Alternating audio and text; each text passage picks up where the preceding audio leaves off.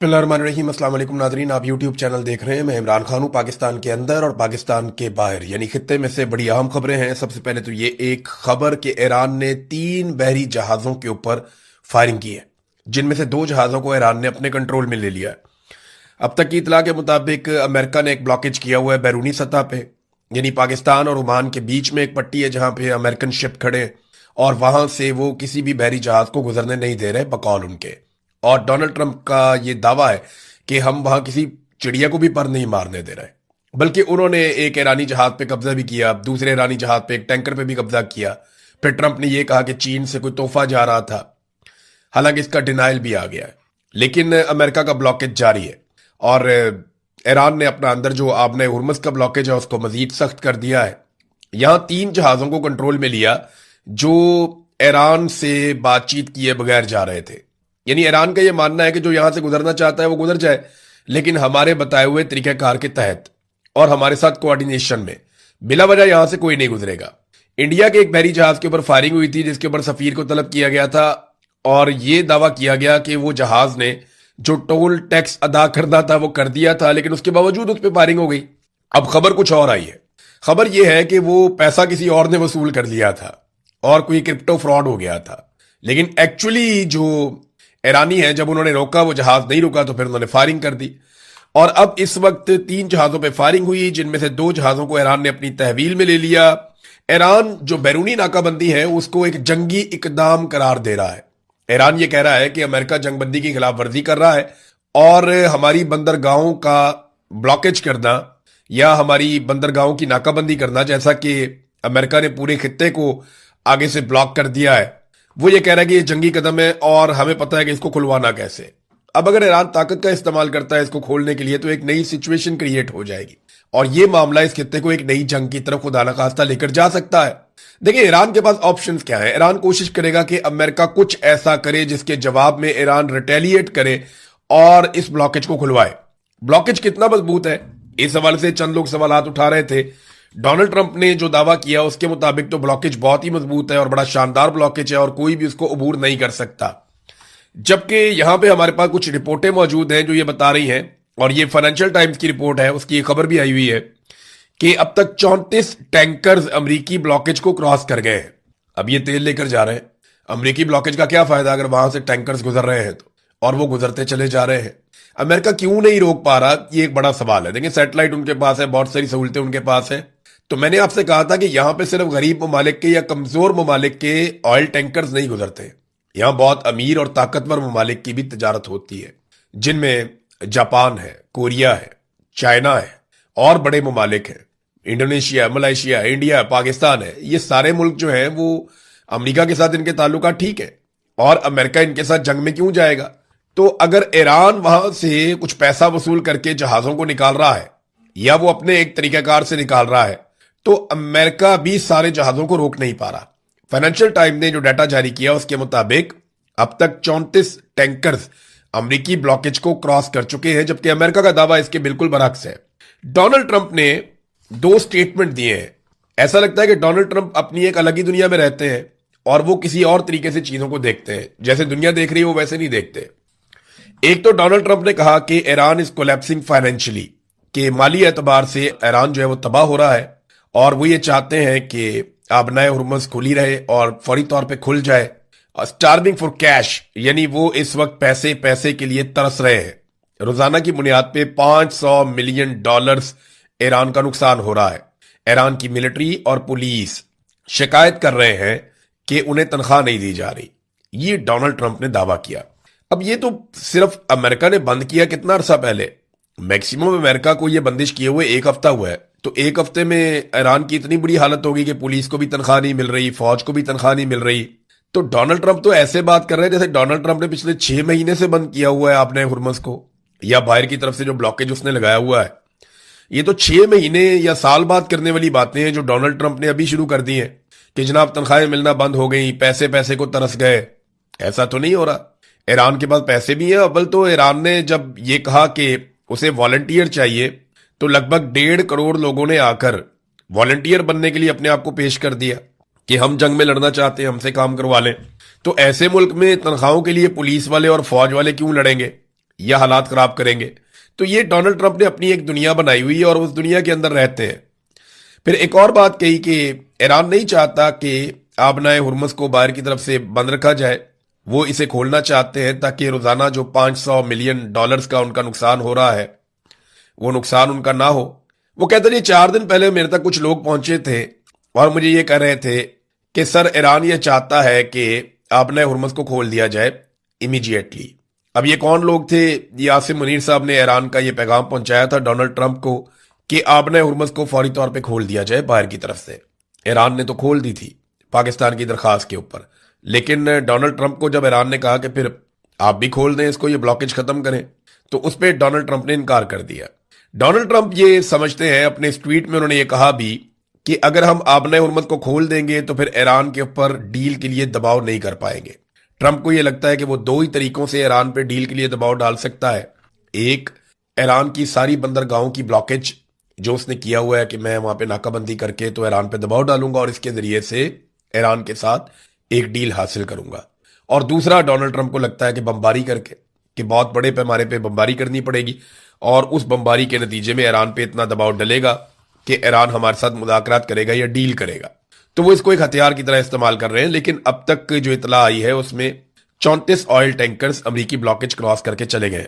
ईरानी फौज के तर्जुमान ने एक स्टेटमेंट दिया और उन्होंने ये दावा किया कि 70 ऐसे टारगेट्स हैं जो ईरान ने लॉक किए हुए हैं और उनकी उंगली ट्रिगर के ऊपर है या उनकी उंगलियां बटनों के ऊपर है, क्योंकि अब ट्रिगर तो होता नहीं, बंदूक थोड़ी चल रही है, बटन ही चल रहे हैं, तो वो ट्रिगर ही आप कहेंगे जहां से ट्रिगर किया जाता है बम को, ड्रोन को, मिसाइल को। उन्होंने कहा जी हमने अपने 70 टारगेट्स लॉक किए हैं और ये मिडिल ईस्ट में है और ये अमेरिकन टारगेट्स हैं। और इसके अलावा आपको पता है कि ईरान ने साफ धमकी लगाई है कि अब अगर खलीजी ममालिक की सरजमीन इस्तेमाल होती है ईरान के खिलाफ, तो जो जो सरजमीन इस्तेमाल होगी वो उसकी ऑयल की तनसीबात को तबाह कर देंगे। ये बड़ी संगीन धमकी है जो ईरान ने लगाई है। नाजरीन, एक चीज अमेरिका के अंदर हुई है और 4 बड़े इंकशाफात हैं जो अमेरिका से अब सामने आए हैं। ये चारों मैं आपके सामने रखूंगा और इन चारों चीजों ने डोनाल्ड ट्रंप को दीवार के साथ लगा के अकेला कर दिया है। इस तन्हाई से डोनाल्ड ट्रंप ने कैसे निकलना है इसके बारे में डोनाल्ड ट्रंप को सोचना पड़ेगा, लेकिन ये चारों चीजें बहुत इंपॉर्टेंट हैं। पहली चीज, ट्रंप को न्यूक्लियर कोड्स नहीं दिए गए। दूसरी चीज, ट्रंप को सिचुएशन रूम से बाहर निकाल दिया गया। तीसरी चीज, ट्रंप के दामाद के खिलाफ इंक्वायरी का आगाज। चौथी चीज, अमरीकी असलहे के जखायर में खतरनाक हद तक कमी। पहली चीज जो है वो ये हुआ कि डोनाल्ड ट्रंप ने 2 मौकों पर बड़ी खौफनाक धमकियां दी। एक, उन्होंने ये कहा कि पूरी तहजीब मिटा देंगे। दूसरा, उन्होंने ये कहा कि पूरा मुल्क हम धमाके से उड़ा देंगे। अब ये मालूम हुआ है और ये दावा किया गया है, ये दावा एक साबिक CIA डायरेक्टर की जानिब से किया गया और बाकायदा उन्होंने टीवी पर बैठकर यह दावा किया। उन्होंने कहा कि जब बहुत तनाव का माहौल था तो डोनाल्ड ट्रंप ने न्यूक्लियर कोड्स मांगे थे। ये मिलिट्री क़यादत के पास होते हैं, मगर उन्हें फराहम नहीं किए गए। ट्रंप न्यूक्लियर कोड्स को इस्तेमाल करना चाहता था, मगर जनरल डैन केन इन्होंने खड़े होकर कहा कि नो, अमरीकी जॉइंट चीफ ऑफ स्टाफ हैं जनरल डैन, उन्होंने कहा कि नहीं, कौमी सलामती को कोई खतरा नहीं है। तो डोनाल्ड ट्रंप ने न्यूक्लियर कोड्स मांगे। ये इंतहाई खतरनाक बात है, दुनिया में रिपोर्ट भी हुई है। नादरीन, इमरान खान वो वाहिद आदमी है मौजूदा सियासतदानों में जिस पे जितनी सख्ती हो रही है वो उतना ही मजबूत होकर खड़ा हो जाता, उतना ही जोरदार जवाब देता। और ये जवाब इमरान खान साहब जो हैं पाकिस्तान की मिलिट्री एस्टेब्लिशमेंट को देते हैं। अब जो इमरान साहब का जो रीसेंट एक ट्वीट है उसको अगर आप पढ़े तो आपको आइडिया हो जाएगा कि ये तो ऐलान जंग है। ये तो इमरान खान साहब वो बातें कर रहे हैं जो नॉर्मली सियासतदान करने के बारे में सोचते भी नहीं है। पहले आप सुने इमरान खान ने कहा क्या, ये बहुत इंपॉर्टेंट है। इससे आपको आइडिया हो जाएगा कि इमरान खान के साथ हो क्या रहा है और इमरान खान साहब का अपना मूड क्या है। ये जितने लोग कहते हैं ना कि डील शील ये वो, हाँ ये जरूर है कि इमरान खान ये एस्टेब्लिशमेंट के साथ चाहते हैं कि बैठो बात करो, निकलो इसमें से, और ये जो आपका गंदा किरदार है इसको बंद करो। फिलहाल ये नजर आ रहा है, लेकिन इमरान खान साहब किसी से भी डील नहीं कर रहे फौज के साथ। डील करने वाला आदमी ऐसी जुबान इस्तेमाल नहीं करता।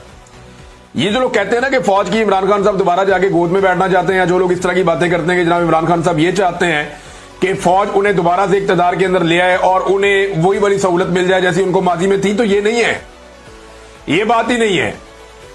उसकी वजह ये स्टेटमेंट है। इस तरह की स्टेटमेंट देने वाला आदमी कभी भी दोबारा, ऐसा नहीं है कि वो फौज से सहूलतकारी चाह रहा हो।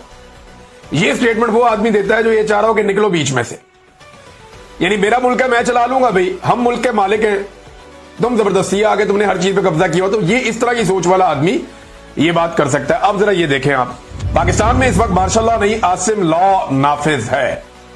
ये डील करने वाला बंदा ये बात करता है। इमरान खान साहब के अपने ट्विटर हैंडल से ये लिखा गया है, मुल्क में आसिम मुनीर का कानून चल रहा है और आईएसआई उसे तहफ्फुज़ दे रही है। जो चीज आसिम मुनीर को ताकत देती है वो इस मुल्क का कानून बन जाता है। आसिम मुनीर अपनी ताकत के लिए मुल्क की हर चीज की कुर्बानी देगा। ये आर्मी चीफ फौज की बदनामी करवा रहा है, जैसा कि याह्या खान ने किया था। कैटेगोरिकली इमरान खान साहब ने कह दिया कि जो मौजूदा पाकिस्तान का field marshal army chief Asim Munir साहब है, इमरान खान साहब ने क्लियर कर दिया कि ये एग्जैक्टली याह्या खान ने जैसे फौज की बदनामी करवाई थी, वैसे ही ये वाला आर्मी चीफ भी फौज की बदनामी करवा रहा है। इस वक्त सेनेट, कौमी असेंबली, वजीर आजम, सदर सब गैर कानूनी है। एक जाली आईनी अदालत बनाकर हमारी नशिस्तें कम की गई हैं, जो तारीख में कभी नहीं हुआ कि एक जमात की नशिस्तें किसी और को दे दी जाएं। वो आईनी अदालतें जिनमें इंसाफ मिलना चाहिए था, आज वहां आसिम मुनीर ने अपने जाती नौकर बिठा रखे हैं। सिकंदर सुल्तान राजा ने तारीखी इलेक्शन फ्रॉड किया है और उसे तौसीह देकर इस धांधली को तहफ्फुज़ दिया गया। इस्लामाबाद हाई कोर्ट के जज 7 माह से मेरी अपीलें नहीं सुन रहा, क्योंकि इसे भी हदायत आसिम मुनीर से मिल रही हैं। इस वक्त मुल्क में आसिम मुनीर का कानून है, जैसे पाकिस्तान इसकी जाती मलकियत हो। मुल्क में अदलिया, इदारे और जमहूरियत को मुनज़्ज़म तरीके से तबाह किया गया है। मिलिट्री कोर्ट्स को कानूनी करार दिया गया और यह इकदाम दरअसल अदलिया की जानिब से खुद अपने ऊपर अदम एतमाद है। मेरी अहलिया बुशरा बीबी को बतौर हथियार इस्तेमाल करके मुझे तोड़ने की कोशिश की जा रही है, लेकिन मैं ये वाजे कर दूं, मैं मर जाऊंगा मगर कभी आसिम मुनीर की बादशाहत को तस्लीम नहीं करूंगा। मामला आसिम मुनीर का और इमरान खान का है, जो इस ट्वीट से साबित हो रहा है। और ये मैं पहले भी कई दफा कह चुका हूं, हम ऑफ द रिकॉर्ड भी सहाफी आपस में बात करते हैं तो बात ये करते हैं कि एक आसिम मुनीर है, एक इमरान खान है, एक पाकिस्तान का सबसे बड़ा लीडर है और एक पाकिस्तान के सबसे ताकतवर ओहदे में बैठा हुआ शख्स है। तो लड़ाई इनके बीच में चल रही है। ये बाकी सारे तो भेड़ बकरियां हैं बीच में, ये बाकी सारे तो लटरम पटरम है। ना नवाज शरीफ कुछ बेचता है, ना आसिम जरदारी के पल्ले कख है। शहबाज शरीफ तो वैसे ही इमरान खान ने का अर्दली है। मरियम नवाज ना 3 में ना 13 में, बिलावल बेचारा कहीं गिनती भी नहीं आता। तो ये सारे फारिग हैं। लड़ाई असल में आसिम मुनीर और इमरान खान की है। ये इमरान खान साहब ने आज इस ट्वीट के अंदर इसको क्लियर कर दिया। उन्होंने कहा कि मर जाऊंगा मगर कभी आसिम मुनीर की बादशाहत को तस्लीम नहीं करूंगा। ये एक कब्जा ग्रुप है जिसने मुल्क पर जबरदस्ती कब्जा कर रखा है। इस वक्त पाकिस्तान में डाकू डफर अलायंस मुकम्मल तौर पर काबिज है। 26वीं तरमीम से जजों की खुद मुख्तारी मुकम्मल तौर पर खत्म कर दी गई है। जजेस के अहकामात की कोई औकात नहीं रह गई। एक पुलिस वाला भी जज के अहकामात को हवा में उड़ा देता है। आज दौरान कार्रवाई जज साहब ने बाहर गेट पर मुंतजिर मेरी फैमिली को अंदर बुलाने का हुक्म दिया और बारहा कार्रवाई रुकवाई भी, मगर मेरी फैमिली को अंदर नहीं लाया गया।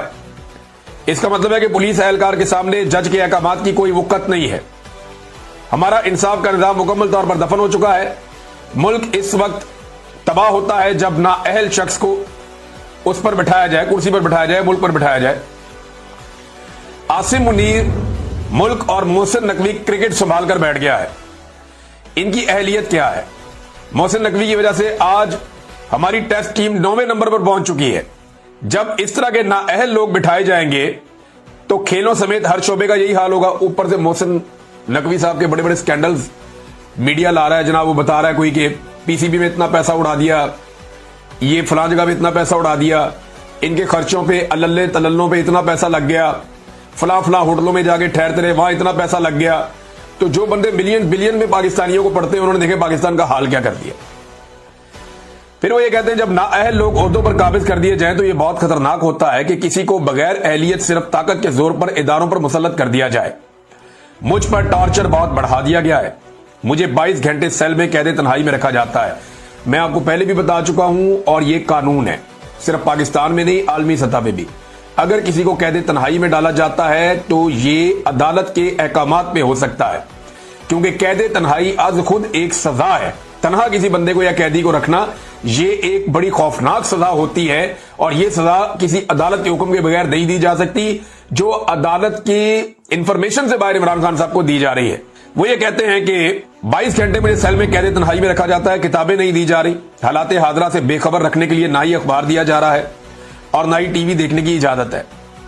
ये ना सिर्फ मकामी बल्कि आलमी इंसानी हकूक की बदतरीन पामाली है। आज जज के हुक्म पर 3 घंटे के बाद फकत एक किताब मुझे मुहैया की गई है, जबकि मेरी फैमिली ने गुज़िश्ता 1.5 माह के दौरान कम से कम 2 दर्जन किताबें भिजवाई हैं। जब से जेल सुपरिटेंडेंट गफूर अंजुम आया है, मुझ पर टॉर्चर बहुत बढ़ा दिया गया है। ये तमाम टॉर्चर इसकी सरबराही में किया जा रहा है। हम पाकिस्तान में अमन चाहते हैं। पाकिस्तान में इस वक्त जो भी अमन के साथ खड़ा है, अमन मार्च कर रहा है, हमें इसके साथ भरपूर यकजहती दिखानी चाहिए। आज 7 माह हो गए मुझे अपने बच्चों से बात नहीं करने दी गई है। ये उनका हक है कि वो अदालत में जाएं और मैंने खुद अपने बेटों को कहा है कि वो इंसानी हकूक की बुनियाद पर आलमी अदालत से रुजू करें। वो अमेरिका में किसी से मदद नहीं मांग रहे बल्कि अपने हकूक के लिए आवाज बुलंद कर रहे हैं। जब सदर ट्रंप की हुकूमत आई तब भी मैंने यही कहा था कि पाकिस्तान के फैसले पाकिस्तान में होंगे। ये बात मैं भी आपको बार बार कहता रहा हूं कि ये जरूर एक हुकूमत आई है और उसने दावा भी किया कि जनाब हम ये खत लिखने लगे हैं या हम वो फोन कर रहे हैं या हमने पैगाम पहुंचा दिया है, और ये चीजें उन्होंने ओवरसीज पाकिस्तानियों को, बड़े इंपॉर्टेंट और बड़े मोतबर लोग हैं जिनको बताई और उन्हें वो चीजें शेयर भी की। लेकिन उसके बाद पाकिस्तान की हुकूमत ने अच्छी डील मारी अमेरिका के साथ और बहुत सारा कुछ गिरवी रख के